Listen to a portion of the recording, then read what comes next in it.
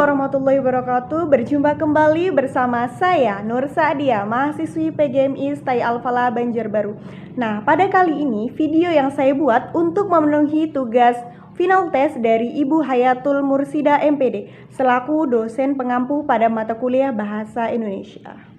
Nah, jadi pada kesempatan kali ini materi yang akan saya bahas ada dua, yaitu yang pertama adalah kesantunan berbahasa dan materi yang kedua adalah keterampilan berbahasa. Lalu bagaimanakah pembahasannya? Oke, baiklah. Kita bahas materi yang pertama yaitu kesantunan berbahasa. Nah, dalam kesantunan berbahasa terbagi menjadi dua, yaitu yang pertama adalah kesantunan linguistik dan yang kedua adalah kesantunan pragmatik. Oke? Kita mulai dari yang pertama, kesantunan linguistik. Kesantunan linguistik adalah kesantunan yang dinilai dari segi bahasanya. Dalam kesantunan linguistik ini ada 4 faktor penentu.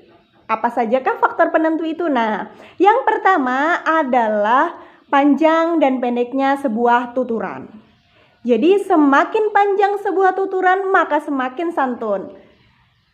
Dan semakin pendeknya suatu tuturan maka akan semakin tidak santun. Seperti contoh, pinjam buku.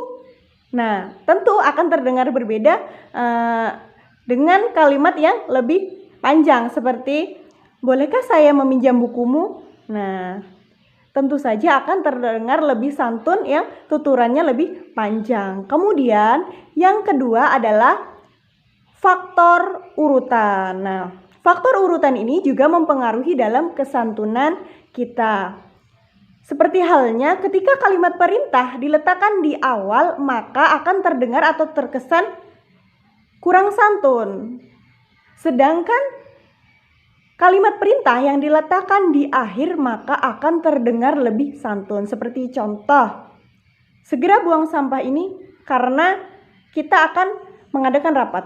Tentu akan terdengar berbeda dengan kalimat kita akan mengadakan rapat hari ini, segera buang sampah.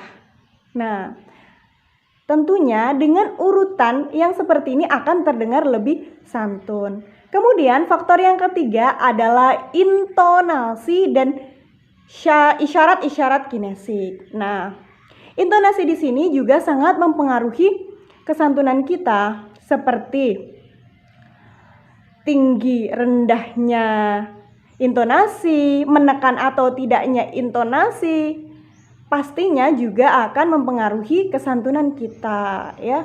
Tadi juga ada disebutkan isyarat-isyarat kinesik. Nah, isyarat-isyarat kinesik di sini adalah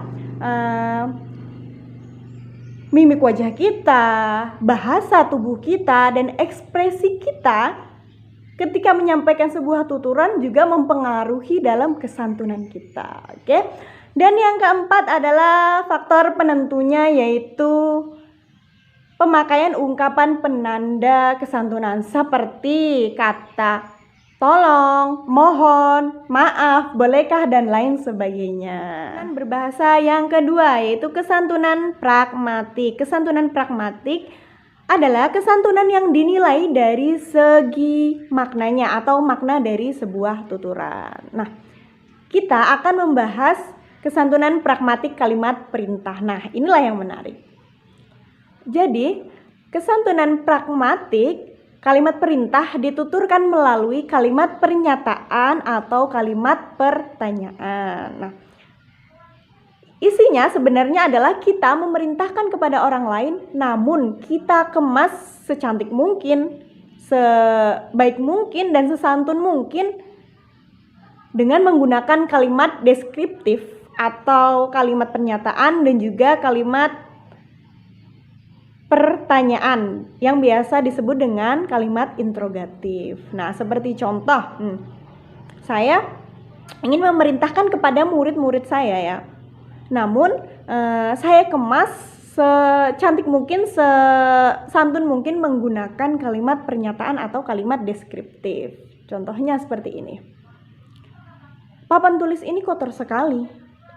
Di mana saya akan menulis? Nah, tentu saja ketika murid-murid mendengar bahwa gurunya mengatakan pernyataan demikian, secara tidak langsung maka murid-murid akan mengambil sebuah tindakan, yaitu dengan menghapus papan tulis. Nah, dengan demikian artinya bahwa saya berhasil memerintahkan anak-anak atau murid saya meskipun dengan kalimat deskriptif. Kemudian contoh yang selanjutnya adalah menggunakan kalimat pertanyaan atau kalimat interrogatif. Nah, seperti ini. Papan tulis ini kotor sekali. Siapa yang piket hari ini? Nah, tentunya mereka, murid saya yang mendengar pertanyaan demikian, secara tidak langsung mereka akan menghapus papan tulis meskipun saya mengemasnya dengan menggunakan kalimat pertanyaan siapa yang piket hari ini. Nah, kemudian selanjutnya dalam kesantunan pragmatik ini ada maksim-maksimnya. Yang pertama adalah maksim rendah hati. Jadi semakin kita rendah hati, maka semakin santunlah kita. Contohnya ketika kita ingin mengajak orang lain ya untuk mampir ke rumah, kita bisa menggunakan kalimat seperti ini. Silakan mampir ke gubuk kami yang sederhana ini. Maka jika kita semakin rendah hati, maka semakin santunlah kita. Kemudian maksim yang kedua adalah maksim pujian. Semakin kita memuji orang lain dan tidak memuji diri sendiri, maka semakin santunlah kita. Nah, selain itu ada juga maksim-maksim yang lainnya seperti maksim kedermawanan, maksim kearifan, maksim simpati, dan juga maksim kesepakatan. Tadi pembahasan untuk materi pertama. Oke, selanjutnya kita beralih ke materi kedua. Kita bahas materi yang kedua, yaitu keterampilan berbahasa. Nah, bahasa adalah suatu alat komunikasi untuk menyampaikan sebuah gagasan, ide, maupun informasi, baik itu melalui media tulisan maupun media lisan. Nah, jadi bahasa di sini memiliki peran yang sentral ya demi terciptanya masyarakat yang santun dan juga beradab. Jadi seseorang dapat dikatakan santun atau tidaknya bisa dilihat dari bahasanya atau tutur katanya.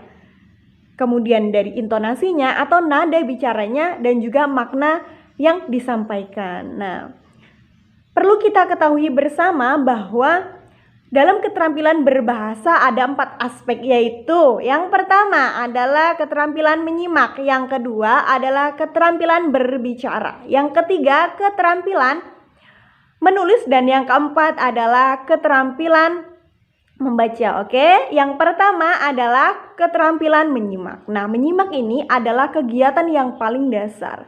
Tapi menyimak berbeda dengan mendengarkan. Mengapa demikian? Karena mendengarkan belum tentu menyimak. Nah, setiap orang pasti melakukan kegiatan menyimak ini ya. Untuk menyimak berita-berita atau informasi lainnya melalui media televisi, radio, Facebook, YouTube, maupun media sosial yang lainnya. Selanjutnya, keterampilan yang kedua yaitu adalah keterampilan berbicara. Berbicara dapat dilakukan oleh semua orang, tapi terampil berbicara hanya bisa dilakukan oleh orang-orang tertentu saja. Berbicara di sini secara umum diartikan sebagai penyampaian maksud ide, pemikiran, serta isi hati. Oke? Keterampilan yang ketiga adalah keterampilan menulis. Nah, keterampilan menulis ini dilakukan dengan berbagai tujuan. Ada yang untuk mengekspresikan dirinya, ada yang untuk memberikan informasi kepada pembaca, ada yang untuk mengajak atau mempersuasi para pembaca, dan ada juga yang untuk menghasilkan suatu karya. Dan yang terakhir adalah keterampilan yang keempat adalah keterampilan membaca. Nah, dari membaca ini maka para pembaca dapat mendapatkan informasi tentunya dari penulis.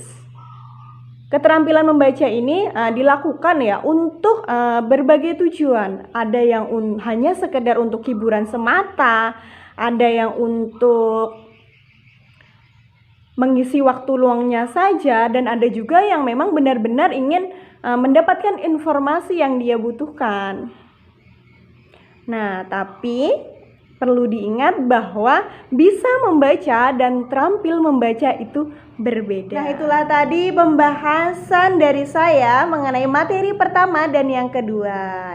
Oke, dapat disimpulkan dari materi yang pertama yaitu kesantunan berbahasa terbagi menjadi dua, yaitu yang pertama kesantunan linguistik yang berarti kesantunan yang dinilai dari segi bahasanya, dan yang kedua adalah kesantunan pragmatik, yaitu kesantunan yang dinilai dari segi maknanya. Kemudian pada materi yang kedua yaitu adalah keterampilan berbahasa, yang mana ada 4 aspek. Yang pertama keterampilan menyimak, yang kedua keterampilan berbicara, yang ketiga keterampilan menulis, dan yang keempat adalah keterampilan membaca. Itulah tadi pembahasan dari saya, semoga dapat bermanfaat bagi kita semua. Kurang dan lebihnya saya mohon maaf. Wassalamualaikum warahmatullahi wabarakatuh.